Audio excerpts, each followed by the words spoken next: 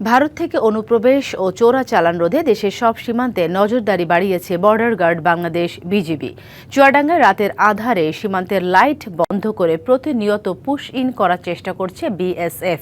তবে বিজিবির কঠোর অবস্থানের কারণে ভেস্তে যাচ্ছে বিএসএফের এই অবৈধ কার্যক্রম। বাড়ানো হয়েছে টহল কার্যক্রম। যে কোনো ধরনের সীমান্ত অপরাধ প্রতিরোধে সতর্ক অবস্থানে রয়েছে বিজিবি। পুশ ইন এবং অবৈধভাবে সীমান্তে অতিরিক্ত ঠেকাতে বাসিন্দাদের সচেতন করতে মাইকিং সহ নানা উদ্যোগও নেওয়া হয়েছে।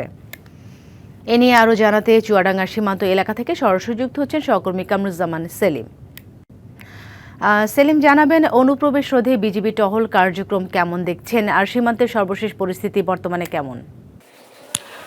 সাথী, এই মুহূর্তে আসলে চুয়াডাঙ্গার যে সীমান্ত সেটা কিন্তু এখন বিজিবির বিভিন্ন টহল মাইকিং থেকে শুরু করে বিভিন্ন কার্যক্রমের কারণে কিন্তু সেটা কিন্তু স্থিতিশীল রয়েছে। আমরা কয়েকদিন আগে গত পরশুদিন যেটা দেখেছি, বিএসএফ কিন্তু রাতের আধারে তাদের যে সীমান্তবর্তী যে লাইটগুলো আছে সেই লাইটগুলো কিন্তু তারা রাতের আধারে কিন্তু মধ্যরাতে তারা বন্ধ করে দিচ্ছে। ধীরে কিন্তু সীমান্তে বিভিন্ন ধরনের অবৈধ অনুপ্রবেশ তারা ঘটিয়ে এবং যারা থাকছে যে কোনো সময় তারা বাংলাদেশে বিভিন্ন যারা অবৈধ রয়েছে তাদেরকে পুশ ইন করবে। কিন্তু বিজিবির যে তৎপরতা, সেই তৎপরতায় তাদের যে অবৈধ কার্যক্রম সেটি কিন্তু একেবারে ভেস্তে যাচ্ছে। বিজিবির পক্ষ থেকে যেটি বলা হয়েছে, চুয়াডাঙ্গার যে সীমান্তগুলো রয়েছে, সীমান্ত বিওপি যেগুলো রয়েছে তারা তৎপর রয়েছে। যে কোনো ধরনের পুশ ইন রোধে তারা কিন্তু ব্যাপক তৎপরতা চালিয়ে যাচ্ছে। আমরা দেখেছি সীমান্তবর্তী এলাকায় তারা কিন্তু বাইকিং থেকে শুরু করে জনসচেতন যে কার্যক্রমগুলো রয়েছে তারা সেগুলো পরিচালিত করছে।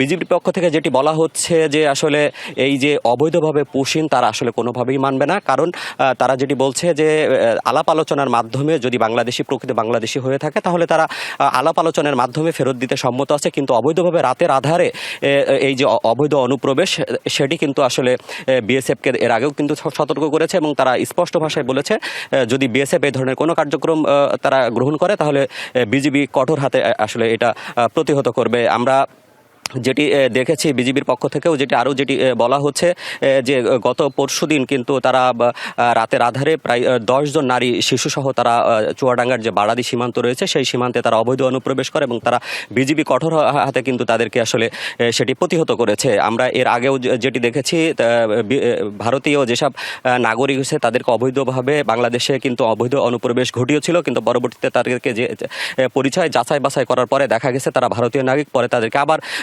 ভারতে কিন্তু ফেরত পাঠানো হয়েছে।